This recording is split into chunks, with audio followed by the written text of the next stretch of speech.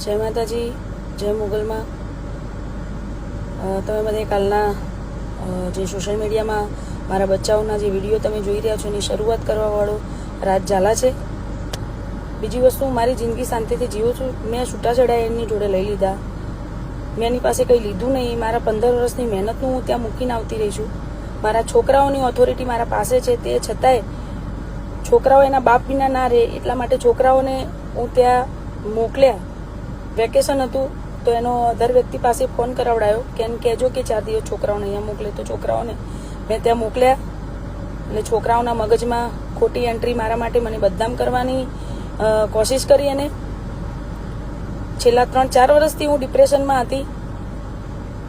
ખોટું નામ ભુવાજીનું લઈ અને મને અને ભુવાજીને બદનામ કરવાની કોશિશ આ માણસ કરી રહ્યો છે.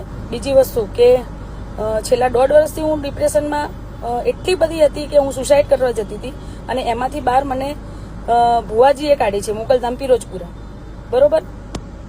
તો એ સમયે મારો હાથ કોઈએ પકડ્યો નહોતો.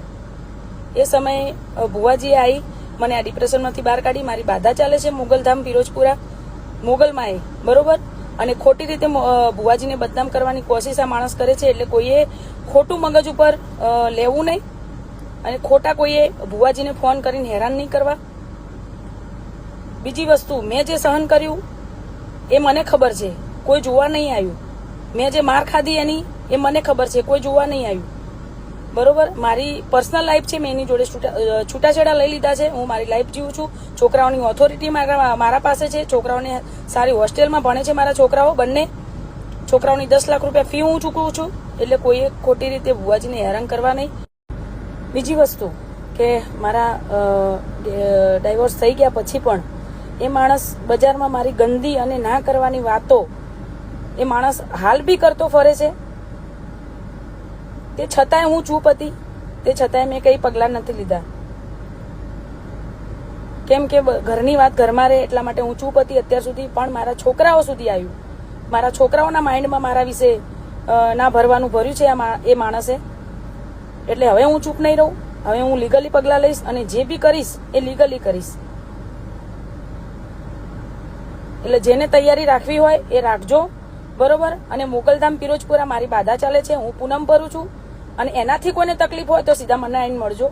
બાકી ભુવાજીને કોઈએ ડાયરેક્ટ ફોન કરવો નહીં અને ખોટી રીતે કોઈ હેરાન કરવા નહીં. 2 હાથ જોડીને વિનંતી કરું છું.